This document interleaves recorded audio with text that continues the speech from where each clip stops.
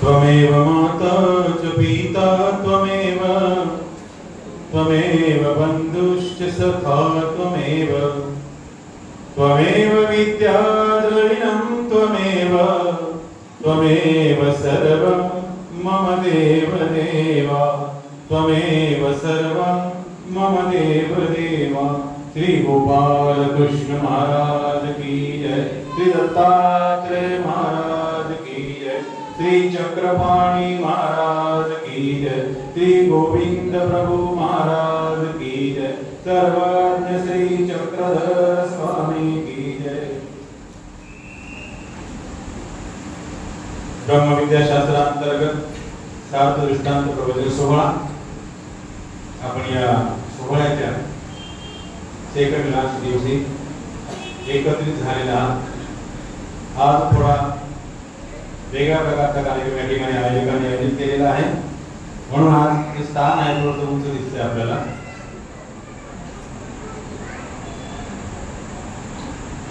राजपेठचे पूजनीय कारंजीकर बाबाजी या ठिकाणी येणार आहे, आपल्याशी जरूर सांगणार आहे, म्हणून आपण सर्वांनी त्यांच्या स्वागताकरता मनापासून तयार व्हावं असं मी आयोजकांच्या वतीने तुम्हाला सांगू इच्छितो। आज कुठलेही नाव नाही, 2 दिवस आपल्याकडे परिवाराचे नाव होते, व्यक्तीच्या नाव होते, आज कोणते नाव नाही, म्हणून आज देवाने एक नाव दिलं आपल्याला। ढाके साहेबांची मुलगी अनायसे आपल्या परिवारातली आहे, ईश्वराच्या परिवारातली आहे, म्हणून तिच्या गुणाचा गौरव व्हावा, तिच्या बुद्धिमत्तेला अधिक चालना मिळावी, तिच्या बुद्धीने अधिक जोमात उत्कर्ष साधावा ही अभिलाषा व्यक्त करतो। आणि काल सचिन भाऊंनी आपल्याला वेळ दिलेला आहे 6 ते 7, परंतु आपण श्री गुरुदेव महाराजांच्या दरबारामध्ये आहे, श्री गुरुदेव महाराज कधी वेळ बघत श्री गुरुदेव बाबाची वेळ स्वतःच्या मनावर नेहमी जे श्री प्रभूची प्रवृत्ती कवडी वेळी होणार किंवा काही श्री प्रभूची प्रवृत्ती कोणी जाणू शकत नाही, म्हणून आपण श्री प्रभूच्या दरबारात आहोत। स्वामींनी आपल्याला निर्देश दिलेला आहे की जयातीची वंदीचे जयातीची वाणी, म्हणजे ज्या स्थानाचं आपण वंदन करतो, ज्या अवताराच्या स्थानाला आपण वंदन करतो, दंडवत करतो, नमस्कार करतो, तर दयातीची वाणी जे म्हणजे त्याचंच गुणानुमोदन करायला पाहिजे, करायला हवं। तर आपण श्री गुरुदेव महाराजांच्या दरबारात आहोत, 6:45 झालेले आहेत आणि 15 मिनिटांमध्ये आपल्याला आयोजकांच्या निर्देशानुसार प्रवचन संपन्न करायचं आहे। बघू आता श्री प्रभूंची प्रवृत्ती काय होते ती, कारण हे तुमचं नाही, माझं नाही आणि कोणाचंच नाही, तर कोणाचं आहे? श्री प्रभूंचं आहे, श्री गोविंद प्रभूंचं आहे। आता यांच्या म्हणण्यानुसार आपण चालायचा प्रयत्न करणार, परंतु श्री प्रभूंची काय प्रवृत्ती आहे ते आपण लाईव्ह मध्ये बघू। तेव्हा दृष्टांताकडे बोलूया। प्रभू श्री चक्रधरांनी सांगितलेला हा दृष्टांत आहे, या दृष्टांताचं नाव आहे दृष्टांत इंद्रवनाचा। आणि हा दृष्टांत स्वामी चक्रधर महाराजांनी पद्मनाभी देवाप्रती निरूपण केलेला आहे। पद्मनाभी देव हे बीड या गावाचे आहेत, राज अधिकारी असलेले व्यक्तीचे हे पुत्र आहेत, त्यांच्या घरी सशस्त्र सैनिक आहेत, घरचे अति श्रीमंत आहेत, परंतु हे ईश्वराच्या अवतार, ईश्वराच्या सन्निधानी जाऊ इच्छितात, परमेश्वराची सेवा करू इच्छितात, परंतु यांचा जो परिवार आहे, जोग नायक किंवा इतर भाऊ वगैरे, त्यांना वाटतं की यांनी स्वामींच्या सन्निधानी जाऊ नये, राहू नये। आजही ही परिस्थिती आपण बघतो आहे, कुठे कुठे दीक्षा विधा कार्यक्रम होत असतो, म्हणजे त्यागी मनुष्याला, त्यागी म्हणजे ज्यांनी त्याग केला आहे तो त्यागी, संसाराचा ते त्याग करतात त्यांना त्यागी असं संबोधल्या जातात। आमच्या कोणताच त्याग होत नाही, पण आम्हाला त्यागी काही म्हणत नाही, आमचं दुर्दैव आहे, आम्ही त्यागी नाही, आम्ही लहानपणापासूनच संन्यास्त झालो, त्यामुळे आम्ही कोणता त्याग केला? आमच्याकडे होतच नाही तर कसा त्याग करणार? तर त्यागी कशाला म्हटलं जातं? त्याने आपलं घर सोडलं, दार सोडलं, धन सोडलं, द्रव्य सोडले, पुत्र सोडले, पत्नी सोडल्या, मायबाप सोडले, त्यांना काय म्हणतात? त्यागी। त्यांनी ईश्वराकारणे त्याग केला, त्यांना त्यागी असं म्हटलं जातं। तर जेव्हा अशा दीक्षाविधी आपण जेव्हा समाजामध्ये बघतो तेव्हा त्यांचे पुत्र, त्यांच्या बहिणी, त्यांचे नातेवाईक डोळ्यातून अश्रू पडतात. आता ते आनंदाचे अश्रू असतात की संदेश झालेले म्हणून असतात हे आपल्याला सांगता येणार नाही. पण एक निष्कर्ष असा की त्यांना ते दुःख वाटतं की आता आमचे माणसं टकले झाले. दुःख कशात होतं त्यांना की आता आमचे माणसं किंवा आमची बाई ही आता काय झाली, टकली झाली म्हणून दुःख होत. स्वामी म्हणतात की वाराणसी गमनी महाराष्ट्राला स्वामी सांगतात की बाई ओरिया एका कारणे एक स्त्री ब्राह्मण वर्णातली आहे, दीक्षिताची कन्या. कोणाची कन्या? माधुरी दीक्षित नाही, तर दीक्षित म्हणजे ब्राह्मण वर्णातली कन्या आहे. आणि ही कन्या विषया कारणे, आता एका माणसाचे तिथं प्रेम जुळलं, आता तो आहे कोळी जातीचा, विषया कारणे कोळ्या एकाची घरवात करी, त्या विषया कारणे त्या कोळीच्या घरात ते रिक्त याची लग्न करते. पण म्हणतात की विषया कारणे जीवे तिन्ही अनुभवली, काळ कुळ लोक. काळ म्हणजे वाहता काळ, कुळ म्हणजे उच्चवर्णीयांचा जो कुळ आहे तो कुळ, काळ कुळ लोक. लोक काय म्हणतात? भक्तात, शिव्या देतात, निंदा करतात, हे सर्व ती सहन करते. कशा करता? तर एका माणसा करतात. तर मग तुम्ही परमेश्वरा कारणे एवढे सहन करू शकणार नाही. कोणतं? तर का? तर लोकांकडून संबळ आणलं, भिक्षा आणली, पण ती तुम्ही खर्च नाही केली, खाऊन टाकली, एवढे तुम्ही सहन करू शकणार नाही. असं मी त्यांना त्याशी म्हणतात. हा विषय ते सांगायला राहून गेला, परंतु ज्या वेळेला ती योग्य वेळ त्यावेळेला देऊ म्हणतो की आज सांगले बाबा, त्यावेळेला तुम्हाला तो आज सांगेल. असं देवाकडून आपल्याला संदेश येतो आणि त्यावेळेला ते घटना आपल्याला उपलब्ध करावी लागते. तर आज ती संयुक्तिक आहे की परमेश्वरा कारणे आपल्याला काळ कुळ लोक तिने अंगवावे लागतात. आणि मग संन्यस्त आपण जेव्हा होतो तेव्हा तणाने तर आपल्याला संन्यस्त व्हावंच लागतं, त्यात काही शंका नाही. महादेशा जेव्हा वाराणसीला जाऊन रिकतात, स्वामींची इच्छा नाही पण तरी ती जाते. आणि काय म्हणतात की तुम्ही वाराणसीवरून या, वाराणसीहून आल्यानंतर आम्ही तुम्हाला संन्यास देऊ. म्हणजे जे काही आपल्या जीवनातले देवता संबंधित काही कामं करायचे असतील तर ते संन्यस्ताच्या आधी किंवा उपदेश घेण्याच्या आधी करून घ्यावे. मग ईश्वराकडे एकदा वळले, ईश्वराचे झाले, ईश्वराच्या मार्गी लागले की मग केवळ ईश्वर ईश्वर ईश्वर शेवटपर्यंत या देहाच्या अंतिम श्वासापर्यंत आपल्याला ईश्वराला भजावं लागतं, पूजावं लागतं. तेव्हाच तो भट्टोबाईसांचा देवश्री चक्रधर आपल्याला प्राप्त होऊ शकतो. होईल असं म्हणत नाही, होऊ शकतो. आपापल्या कर्मानुसार आहे, आपापल्या मानसिकतेनुसार आहे आणि आपापल्या समर्पणानुसार आहे. आपण समर्पण किती केलं यावर सगळं अवलंबून आहे. तर अशा प्रकारे संन्यस्त होताना आपल्याला माणसं रडताना दिसतात. तर दुःख कशात होतं त्यांना? तर टाकलं व्हावं लागतं म्हणून दुःख होतं, दुसरं दुःख नाही होत. कारण संन्यस्त झाल्यावर हे दुःख आहे का? हे दुःख होतं का? नाही. उलट संन्यस्त झाल्यानंतर माणसाचा जो चेहरा आहे तो प्रौढ दिसतो. माणसाचा जो चेहरा आहे तो विशाल असा दिसतो. कुठली तरी महत्वपूर्ण व्यक्ती असं या वेशामध्ये आपल्याला ते असतो. आणि जेवणाचा प्रश्न जर म्हटला तर स्वामी म्हणतात की संन्यस्त जो झाला, अनुसरला, तर त्याला तर रोज नवीन नवीन भिक्षा राज्य पाहिजे. काय सांगितलं देवाने? भिक्षा हे राज्य आहे. तुम्ही आपल्या घरी रोज एक भाजी करता, दोन भाजी करता, परंतु जो भिक्षा मागतो ना त्याला विचारा तुला भक्षित किती भाज्या येतात. तर प्रत्येक घरी नवीन भाजी मिळते. म्हणून भिक्षा काय आहे? तर राज्य आहे. आणि राज्य तुम्हाला परमेश्वराने आजच देऊन टाकलं आहे. जे दिसणारं राज्य आहे, दृष्टपर जे राज्य आहे ते आजच देऊन टाकलं. म्हणजे खाण्यापिण्याची चिंता दीक्षा घेतल्यानंतर राहत नाही, तर ती परमेश्वराने दूर केलेली आहे. आणि एक आशावाद असा दाखवलेला आहे, ते जर 3 दिवस पूर्वी तुम्हाला मिळणार नाही तर आम्ही तुम्हाला आपला घेऊन जाऊ, आमच्या आनंदाला घेऊन जाऊ. इतकी ग्वाही आपल्याला दिलेली आहे. तरी देखील आपण रडतो का? तर आपला मोह, आपलं मन हे संसारामध्ये अडकलेलं आहे. की आपल्याला असं वाटतं की इतकं सुंदर हा संसार आहे. आणि केस कशाची आपली वाई देतात? तर सुंदरतेची वाई देतात. प्रत्येक माणसाच्या म्हणा किंवा बाईच्या म्हणा डोक्यावर जर केस असतील ती बाई कशी दिसते? विद्रूप दिसते. जेव्हा वज्रकिटकी लागते माणसाला तेव्हा डोक्यावरचे केस आपोआप जातात. मग ते कसं दिसतं? बाई म्हणा किंवा पुरुष म्हणा तर विद्रूप दिसते. तर मग ईश्वरा कारणे आपल्याला थोडंसं त्याग करावा लागतो. बाकी मनाचे विधी आहे, स्मरण करणे, शरीर आणि मनाचा विधी आहे, दोन्हीचा विधी आहे. परंतु इतरांना दिसावं की तुम्ही संन्यस्त झालेले आहात, ईश्वरासाठी हे सौंदर्य नष्ट केलं आहे, हा भाव आपल्या मनामध्ये नित्य आणि निरंतर शेवटपर्यंत असावा.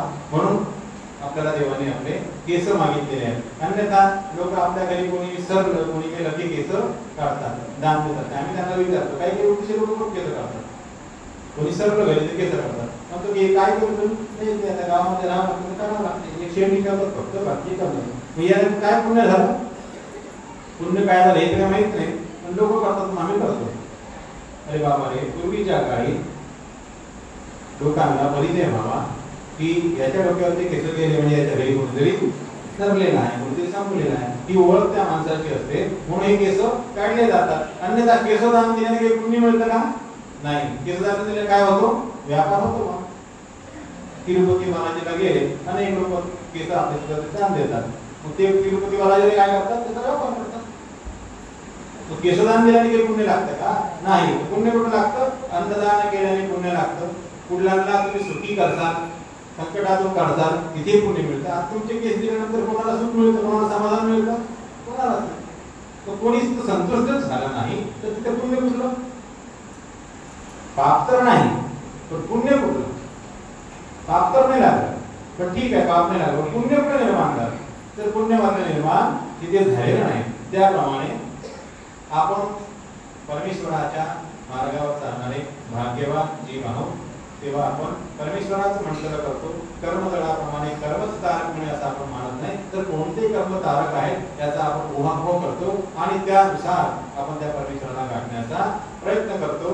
तेव्हा हा जो पद्मनाभी आहे, हा पद्मनाभी कसा आहे तर घरामध्ये अत्यंत श्रीमंत आहे. घरामध्ये त्यांचे पिता सैन्यामध्ये आहेत किंवा राजाच्या दरबारातले आहेत, जोगण आहेत, त्यांच्या घरी सशस्त्र पहारा असतो. आणि हा पद्मनाभी देव स्वामींच्या सन्निधानी जाऊ नये, स्वामींच्या सन्निधानात राहू नये म्हणून याच्यावर काय ठेवलंय? पहारा ठेवलेला आहे. याला जाऊ दिल्या जात नाही, दारावर सशस्त्र पहारे ठेवले. परंतु त्यांची जी वहिनी आहे, या पद्मनाभी देवाची वहिनी म्हणजे मोठ्या बंधूची पत्नी, ही मात्र सश्रद्ध अंतःकरणाची आहे. तिला वाटतं की चांगली गोष्ट आहे, स्वामी प्रधानांच्या सन्निधानात जातो तर चांगली गोष्ट आहे. एक दिवस काय होतं की पद्मनाभी देव आपण विरह स्वामींचा सहन होत नाही. एक दिवस काय करतो तो तर त्या वहिनीच्या खांद्यावर पाय ठेवून, जी दुर्ग असते म्हणजे भिंत असते, त्या भिंतीतून पुढे वारून तो बाहेर येतो आणि स्वामींच्या दर्शनाला निघतो.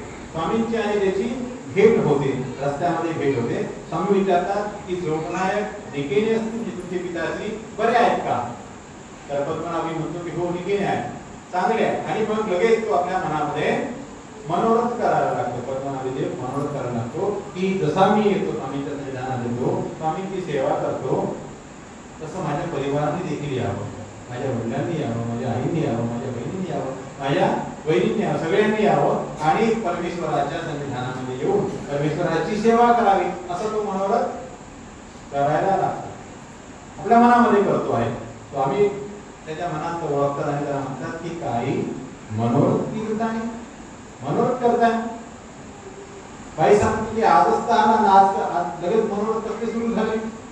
तर स्वामी म्हणतात की बाई पोर जीव सपरिवारे मोक्षाचा उपास असेल, म्हणजे सगळ्या परिवाराने येऊन मोक्षाला जाण्याचा याचा विचार आहे.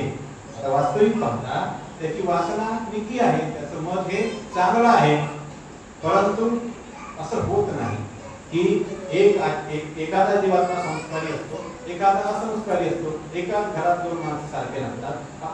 आपण बोलता म्हणतो की आपल्या हाताची पाच बोटं सारखे नाही, तर आपले 5 बोटं असतात ते 5 काही एकसारखे नसतात. कोणी राजस, कोणी तामस, कोणी सात्विक, आपापल्या कर्मावर त्यांची स्वभाव असतो, प्रवृत्ती असते. तद्वत पद्मनाभी देवाच्या घरी पण वेगवेगळ्या प्रकारचे लोक आहेत, परंतु पद्मनाभी देवाची जी वासना आहे, मनामध्ये जी इच्छा आहे ती मात्र निकी आहे, चांगली आहे. त्याला असं वाटतं की सर्वांनी यावं, स्वामींच्या ठिकाणी यावं आणि सर्वांनी मोक्ष गाठावा, असा हा पद्मनाभी पैसा विचारते. तेव्हा स्वामी म्हणतात की हा सपरिवारे मोक्षाचा उपास असेल.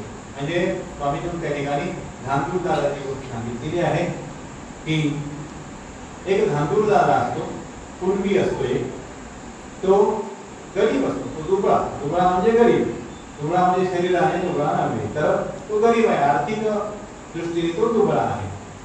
तर त्यात छोटंसं शेत आहे, त्या शेतामध्ये काय होतं की इंद्राचा जो हत्ती आहे ऐरावत तो येतो आणि त्याची सर्व तुरी पराठी जी आहे ते खाऊन टाकतो. हा बघायला जातो तो सगळी तुरी पराठी खाऊन टाकलेली आहे. त्याला राग येतो. राग कशाचा येतो की आधीच मी गरीब आहे, आता आधी परिस्थिती अशीच आहे की हे अल्पभूधारक आहे, सगळीकडे पाण्याने पावसाने थैमान घातलेला आहे, सगळीकडे अतोनात नुकसान केलेलं आहे, 50% वरील उत्पन्न खाली आपल्या जवळ येईल की नाही सांगता येत नाही. काल परत विषय झाला की विनोद भाऊ मध्ये समाधी करत नाही. आता म्हणजे शेतात आपण ते काढावं अशी परिस्थिती राहिलेली नाही. तर अशा प्रकारे तो जो दुबळा ब्राह्मण आहे तो चिडतो आणि मग काय करतो, तो रात्रीचा तो सोडकारी करता येतो की नेमकं रात्रीतून कोण आपल्या शेतात येऊन हे सर्व तुरी पराठी भक्षण करतो. त्याला रात्रीची वेळ होते आणि मग ठरल्याप्रमाणे तो ऐरावत त्या ठिकाणी येतो, हत्ती इंद्राचा हत्ती त्या ठिकाणी येतो. हा पहिले असलेला हातामध्ये डांग घेतली आहे. डांग म्हणजे काय, जोडपा टेम्पो घेतलेला आहे. जातो आणि रागात एका हाताने त्याची शेपटी धरतो आणि दुसऱ्या हाताने त्याच्या पाठीवर वार करतो. तर टेम्पो मारल्यामुळे होतं काय,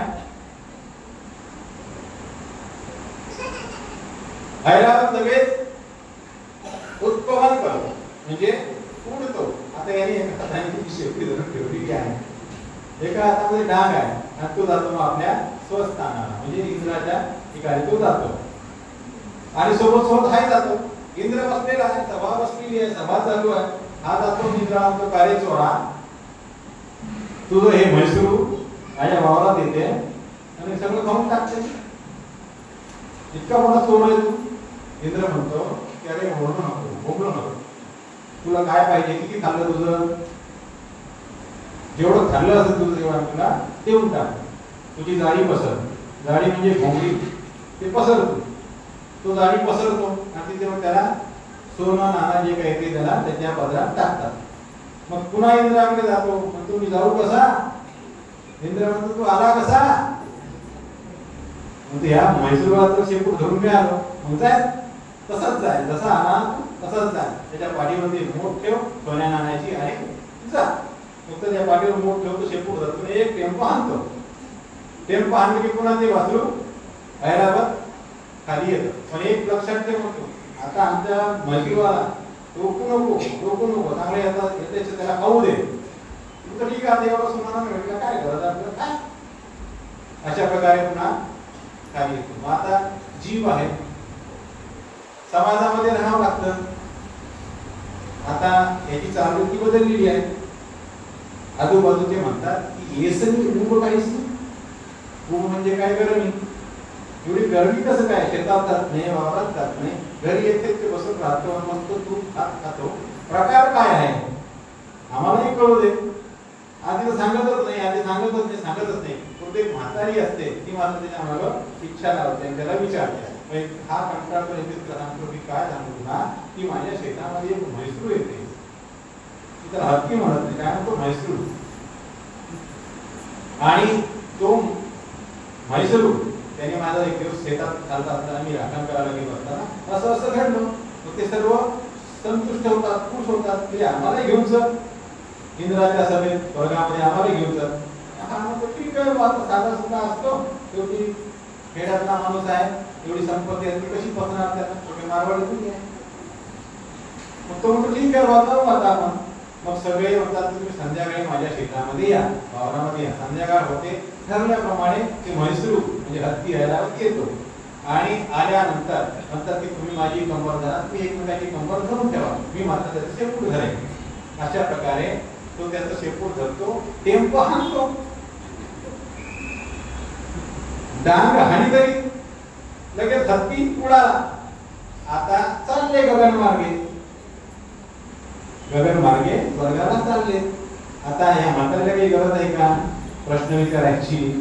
म्हातारी काय करते, की का रे बाबा एका दामाचा कापूस किती मिळतो तिथे. आता याने कधी तिथं कापूस घेतला नाही, विकला नाही, पाहिला नाही. हाही काय म्हणतो, खोटं बोलतो. हा म्हणतो की एका दामाचा कापूस एवढा मिळतो. आता असं म्हटल्या काय होतं की हातातली जी शेपूट आहे ती सुटून गेली, हातातली डाम ती सुटून गेली, सगळे जमिनीवर येऊन पडतात. अशा प्रकारे खोटं बोलल्यामुळे सर्वांना आत्मघाताचा सामना करावा लागतो. तर तसं विनोदाची ही कथा सांगून स्वामी श्री चक्रधर महाराजांनी हा जो पद्मनाभी आहे हा सपरिवार आहे, सगळ्या परिवाराला घेऊन मोक्षाला जाऊ पाहत असे. त्या ठिकाणी हा दृष्टांत निरूपण केलेला आहे की सगळेच मोक्षाला जाण्याचे अधिकारी नाही आणि खोटं बोलल्याने कसा आपला आत्मघात होऊ शकतो हे स्वामींनी आपल्याला निर्देशित केलेलं आहे. ही एक कथा आहे, रूपक आहे. वास्तविक एका माणसाने जर शेपूट धरलं, आजच्या आपल्या तर्काने आपण विचार करूया की एका माणसाने एखादं शेपूट धरलं आणि त्याच्या माणसाने त्याच्या खाली जर 20 माणसांनी 10 माणसांनी एकमेकांची कमर धरली तर तो धरू शकेल का? तर हा सुटून जाईल ना. परंतु ही रूपक आहे, सांगण्याची एक कथा आहे. त्याला दृष्टांत कसा असतो की सर्व गोष्टी जुळतात असं नाही. तर दृष्टांतामध्ये काही गोष्टी जुळतात, काही जुळत नाही. ते तुम्हाला समजावण्याकरता सांगितलेलं आहे की बाबा रे खोटं बोलल्याने असं आपल्याला आपली फजिती होते. तैसा हा पद्मनाभी देव सपरिवारे मोक्षाला जाऊ बघत आहे. त्यावर स्वामी श्री चक्रधर महाराजांनी हा इंद्रवनाचा दृष्टांत निरूपण केलेला आहे. तो येणे प्रकार आहे. फक्त दृष्टांत बघायला आपल्याला पोथी बघावी लागते, कारण प्रत्येक शब्दाचा अर्थ आपण उदित करतो आणि कोणता शब्द सांगितला हा लक्षात कधी कधी राहत नाही. आपल्याला पोथीवर बघितलेलं बरं. गीता पाठ करताना तशी गीता म्हणू शकतो, पण पाठ करताना सर्व गीता घेऊन म्हणतो. कारण मन आहे, मन कसं असतं तुम्हाला माहित आहे. कधी पुढे जातं, कधी पुढे जातं, कधी पुढे जातं. आणि मग काय चालू होतं इकडे सुरू जातं. कारण आपण हाही विषय ऐकला की आपण इथे असून जर आपल्या मनामध्ये जर हे शब्द रुजत नसतील, शब्दांकडे आपलं लक्ष नसेल तर आपल्याला काय म्हणतात, हृदय शून्य. तर अशी हृदय शून्यता तुमच्या समोर आमची प्रगट होऊ नये म्हणून हे पोथी बघावं लागतं.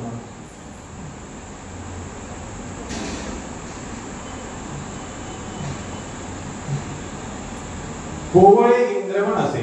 इंद्रवण हे एका वृक्षाचे नाव आहे, वेलीचे नाव आहे. कोवळे इंद्रवण असे ते तोडीले तळे तुटे. जेव्हा ते कोवळ असतं तेव्हा त्याला तुम्ही तोडू शकता. तेची देठी निबर झाल्या तोडीले तर न तुटेल.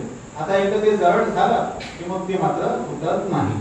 तेची देठी निबर झाल्या तोडीले तर न तुटेल. ऐसाही तोडीले जर प्रयत्न करून त्याला आपण तोडायचा प्रयत्न केला तर मुळाची वेळ हाताची, मुळासकट ते उपटल्या जाते, ती वेल उपटल्या जाते.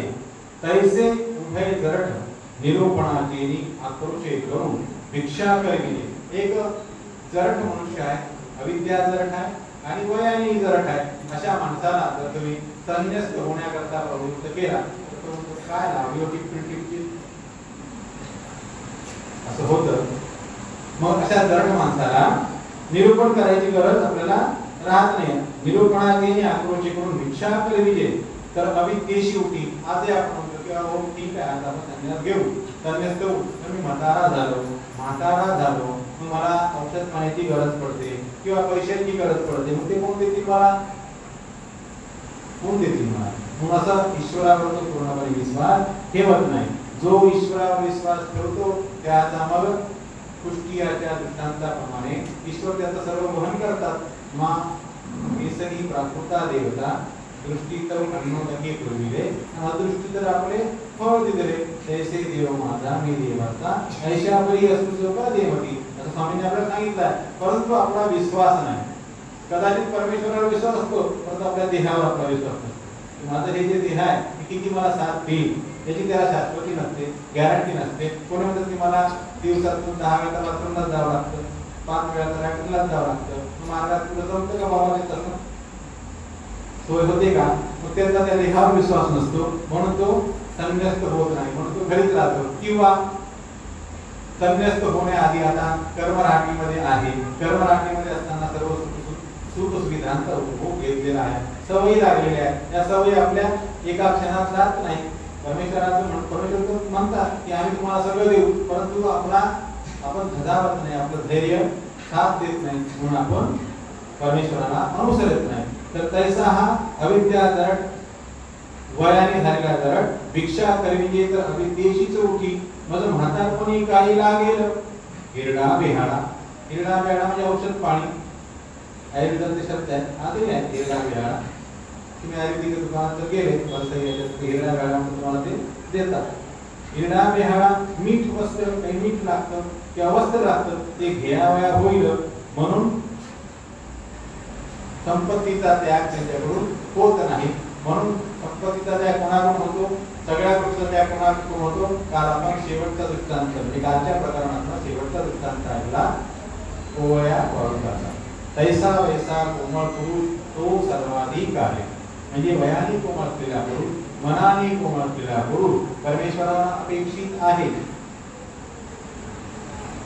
अकोरी अकोटी जन्म परमेश्वरास द्यावे. स्वामीचं एक सूत्र आहे माहितीमध्ये की अकोरी म्हणजे स्वयंपाक झाला की जी राख असते चुलीमध्ये ती कशी असते? एक सारखीशी पडलेली असते, त्याचा कुठला ओरखडा नसतो, काही नसतो. फक्त त्यात तुम्ही काळी लावली काय घालून मग त्याच्यामध्ये ओरखडा पडतो, त्याला जखम झाल्यासारखी होते. स्वामींना काय अपेक्षित आहे की अकोरी, जी राख कोरलेली नाही, त्याच्यामध्ये कुठल्या प्रकारची काळी घातलेली नाही किंवा कुठल्या प्रकारची छेडछाड केली नाही, असा जन्म परमेश्वराला अपेक्षित आहे. अपोटी आपण लोणचं टाकतो, काही लोकांचं काय होतं की लोणचं टाकता टाकता त्यांच्या हातापोटामध्ये धर्म असतो की लोणचं खराब होतं. अपोटी किंवा लोणचं एकदा उघडलं त्यात तुम्हाला माहिती आहे, जास्त माहिती नाही की त्याला बोट लावता येते, हात लावता येते, असं काही असतं का? हात बोट लावल्याने ते खराब होतं असं काही असतं का?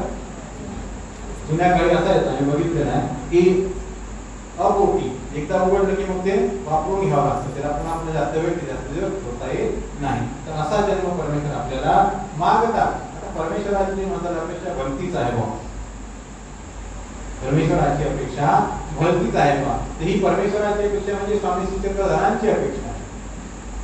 प्रत्येक अवताराचा एक विशेष असतो, प्रत्येक अवताराची एक भावना असते. भावना म्हणजे काय? इच्छा. कारण पंडित म्हणतात की तुम्ही अनुसरा आणि तुमचे जे रोग आहे सर्व घालू. कारण पंडित म्हणतात की तुम्ही म्हणता की हे करा ते करा, मग आम्ही तुमचे रोग घालू, तर मग असे न करता तुम्ही का घालवत नाही? हे करा ते करा कशा म्हणता, तुम्ही तसे घालू शकता ना.